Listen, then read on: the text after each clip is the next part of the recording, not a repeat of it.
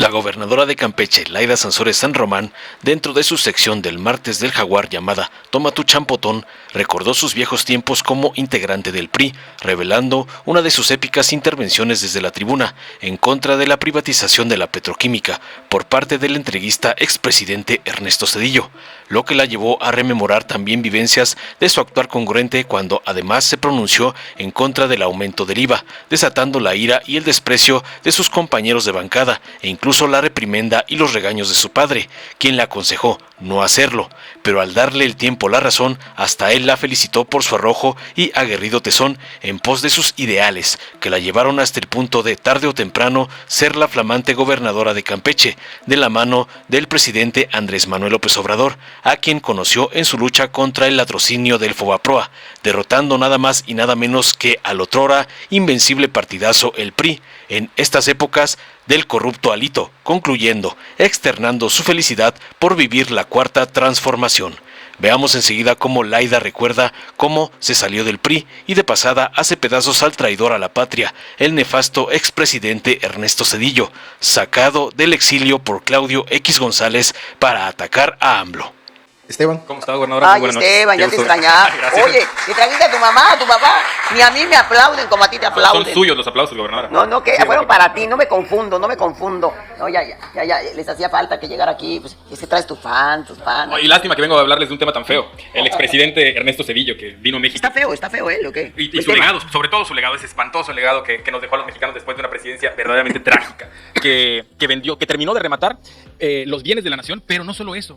Algo de lo que se habla poco sobre el gobierno de Zedillo es que él vendió incluso las empresas que eran consideradas estratégicas. En 1996 consigue una reforma a la Constitución para que los ferrocarriles y la industria de las comunicaciones satelitales pudieran venderse y luego inmediatamente después no solo venderse, sino venderse a extranjeros. Es decir, nos puso al amparo de los poderes extranjeros, acabando con nuestra soberanía nacional, y eso sin tener que hablar todavía del Fobaproa, porque en este esfuerzo terrible de Zedillo de vender nuestros mejores bienes, usted fue una de las personas que desde el primer momento dijo, eso no se debe hacer. Y era priista, no me vean que ahora porque estoy del otro lado y estoy en un movimiento. No, era priista y fue la única legisladora priista que se puso. Es una decisión presidencial cuando lo era todo la presidencia. Por cierto, gobernadora, aquí tenemos esa intervención que rompe precisamente con el PRI. Y me puse porque estaban querían el alza del IVA del 10 al 15% en medio de una crisis económica durísima que viene después de la muerte de Colosio, ¿no? Voto en contra por el aumento al IVA que se ha convertido en un rechazo colectivo sin precedentes de una sociedad muy lastimada. Después asume esta misma responsabilidad de llevar la voz del pueblo a la Cámara de Senadores y vota en contra de vender la petroquímica. Este sector de la industria que es vital para la economía, ya que da valor agregado a la producción petrolera de México. No podemos asegurar que no se cuenta con esa cantidad para poner al día una de las industrias más rentables de México. No hay 500 millones de dólares para la petroquímica, pero son más de 20,000 millones de dólares para apoyar a los banqueros. Estamos en vías de entregar el recurso natural más valioso que México tiene para defenderse y de poner en manos extranjeras la petroquímica, que es la industria del futuro y que es de alta prioridad estratégica para el desarrollo del país. ¿Cómo no van a ser todos los aplausos para usted? Es uno de los momentos que definen tu vida, ¿no? Definitivamente votar contra el IVA, me decían, votar contra la decisión, la iniciativa de un presidente era el harakiri, o sea, era irte al suicidio. Y cuando yo voy para votar contra el IVA, en realidad, sí sentía yo que caminaba así como dije, ya, esta es mi muerte política, y con toda la conciencia de que era un adiós. Muy difícil porque nosotros nos habíamos educado en un partido que mi padre, para él era pues una religión. Entonces, sí son momentos muy duros que mi mamá no lo entendía, creían que yo iba a, pues siempre las loas al presidente, y así como... Lo que se estilaba por parte de los senadores. Además, yo estimaba mucho como persona a Ernesto Zedillo, ¿no? No, pero esto superaba toda inteligencia, toda civismo y conciencia de mexicana. Estábamos viendo a todas luces, primero que esto ya era llevar a la bancarrota a un país que estaba desesperado cuando ese voto contra el IVA, que es mi primer acto de rebeldía contra el PRI público, y que claro, en mi casa fue Laida, traidora, ¿no? Así casi que decían los que estaban cerca, sobre todo mi familia no, tal vez nunca me decían traidora porque siempre hay como mucha comprensión, pero mis compañeras que se sentaban junto a mí sí, y no queremos que se siga sentando en esta banca porque las contaminaba, ¿no? Entonces es un momento que yo lo asumí con toda la conciencia de que yo tenía que hacer otra cosa. Pero la anécdota que nos cuenta fue la reconciliación con su padre. Eso es que sí, mi papá, porque entonces cuando ya nomás les digo esto, voy a votar en contra, ya le hablo, primero me enfrenté al presidente, porque me llevan hasta Los Pinos a ver al presidente para que me convenciera, y como llegaba, ayúdame, no sé qué, y todos iban cayendo, ¿no? A mí no iba a pasar, estaban mis hijos ahí, no, a ella no la convencen, decía, ¿no? Entonces, claro, después del voto del IVA, todavía me lo perdona Ernesto Zedillo, así lo entendí, ¿no? Que había una especie pues, de una situación de aprecio y que tuvimos algunas tareas juntos que compartimos. Pero cuando vino, pero mi papá, cuando ya le digo, papá, es al último que me enfrento, papá, ya viene la votación y quiero decirte que voy a votar contra el IVA, le hablo desde un telefonito ahí del Senado, y voy a votar contra el IVA. No, me dijo mi papá, la disciplina, la lealtad. ¿La disciplina a quién? ¿La lealtad a quiénes? Los principios, los que arriaron y dejaron en la viera del camino, ¿a esos me voy a tener? No, papá.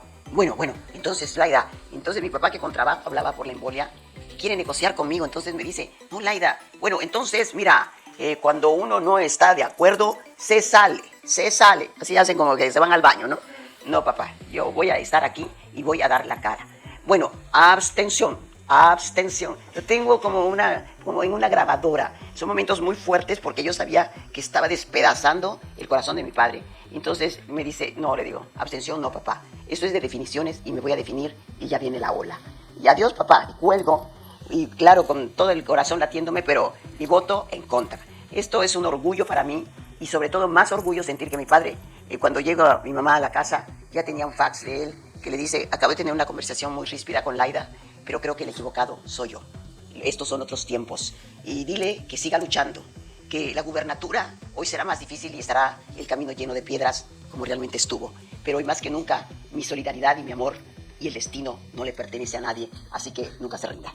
Entonces, creo que esto para mí, bueno, fue como la vida de nuevo, porque yo creí que estaba muerta. Así me sentía cuando llego así con Romeo y nos abrazamos, porque entonces yo decía, ¿cómo le haces para que te entrevisten? Nadie me veía siquiera. Y empiezan a entrar las llamadas, la llamada del líder, que te da unas palabras, Laida, que era un líder muy cariñoso, y muy cariñoso también me dice, Laida, sabes que siempre te quiero, siempre mi solidaridad. Y, ay, qué lindo mi líder. No, flaquita, fue el requiem, me dice Romeo. Fue la despedida, nunca más me volvió a dirigir la palabra. Se despidió como estabas muerta para el partido. Así eran las cosas, y sin embargo uno se arriesga. Mi papá con dolor, pero todavía tratando de entenderlo. Pero lo que me reconcilia, como tú dices, cuando voto por la petroquímica, mi papá siempre que yo llegaba a la casa, yo ya estaba en rebeldía contra el PRI porque veía que hacían cosas que habían abandonado las banderas que fueron nacionalistas y que eso hizo un PRI fuerte, ¿no? La cosa es de que yo llegaba y mi papá, les digo, teniendo el periódico así en la mano, leyendo todas las al día, estaba muy enterado. Y Aida, tú dijiste esto en contra de Salomón Azar, el gobernador. Sí, papá, yo dije eso. Ah, sí, no vas a ser gobernadora, me decía, ¿no? Pues ni quería, no decía yo. Entonces, la cosa es que ya se enojaba. La siguiente vez, Laida, ¿tú dijiste esto? Bueno, papá fue muy generoso el periodista porque solo puso la mitad. Así no vas a ser gobernadora, me gritaba. El pobre hacía sus grupos y organizaba y él tenía el ánimo, porque para él sí fue una lucha. Yo hoy es cuando quiero ser gobernadora, hoy. Pero en ese entonces yo creo que estaba en defender mis ideas, en defender mis principios, no estaba pensando en poderme, ni mucho menos. Y entonces, cuando ya viene el discurso de la petroquímica, encuentro un padre todo en paz y me dice, Laida, acabo de leer tu discurso de la petroquímica. Tú no vas a ser gobernadora, pero vas a pasar a la historia, me dijo. Con una generosidad, son las palabras más bellas que me dijo mi padre en la vida y de mayor reconocimiento. Le falló el que no voy a ser gobernadora, pero no le va a fallar el que voy a pasar a la historia. No, pero claro, no voy a ser gobernadora.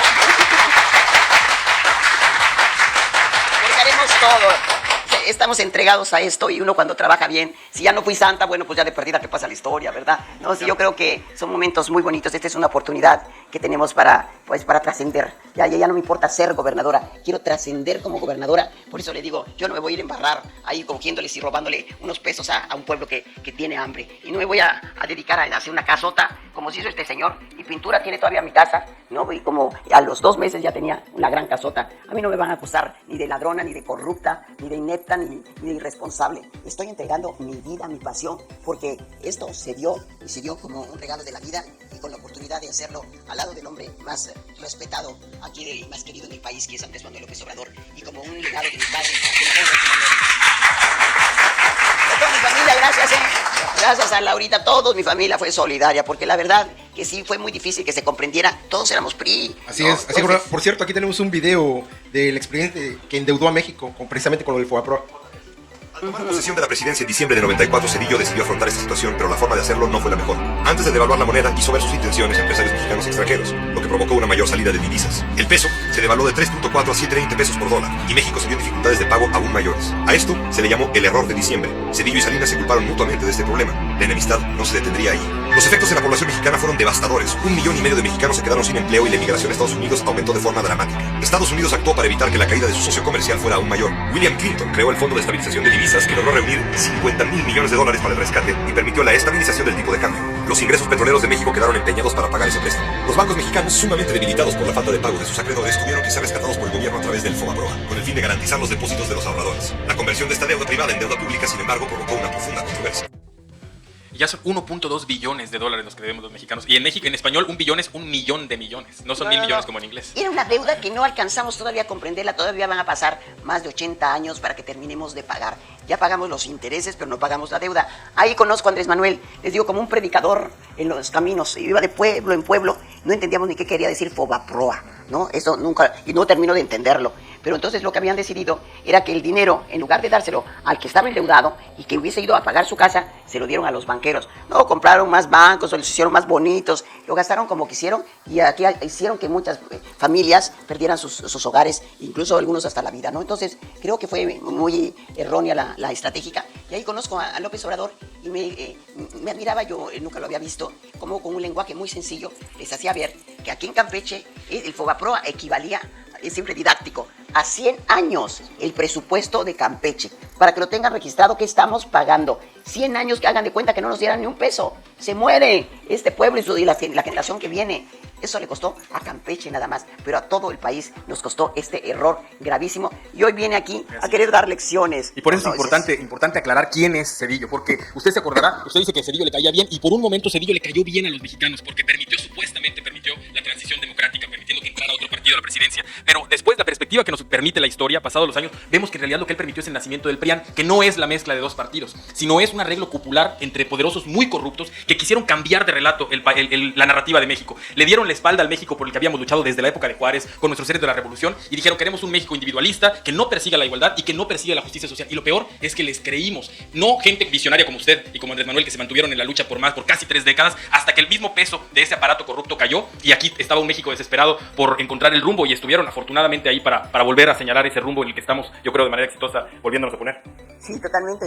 Mire qué curioso, con Zedillo se devalúa el peso a la mitad, y con Andrés Manuel se fortaleció el peso, se rescató Pemex y volvieron los trenes, ¿eh? Cómo se vuelven a juntar, y para mí estos dos hilos, estos dos extremos de la historia, ¿no?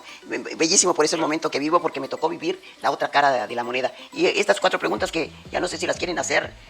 Las que les hizo el presidente a Zedillo. Sí, claro, lo que pasa es que el presidente, con el colmillo que tiene, se enteró que venía Zedillo a este foro Actinver y supo que lo iban a querer poner como la Dalí de la... Es que desde que llegaron los chicos, los boys, ¿cómo les decían? Los Golden Boys, los de Chicago Boys. Los Chicago Boys, de Yale, a Cedillo, de Harvard. Y vinieron aquí como con la sabiduría desbordada. Educar a los líderes para no invadir el país, sino con los líderes. Y vendiendo una supuesta verdad científica, que es imposible. La economía está impregnada de ideología. Y el neoliberalismo es también una ideología. Pero ellos decían: no, es que los datos no se equivocan. Por eso tenemos el humanismo, que yo creo que es algo que se llama esto.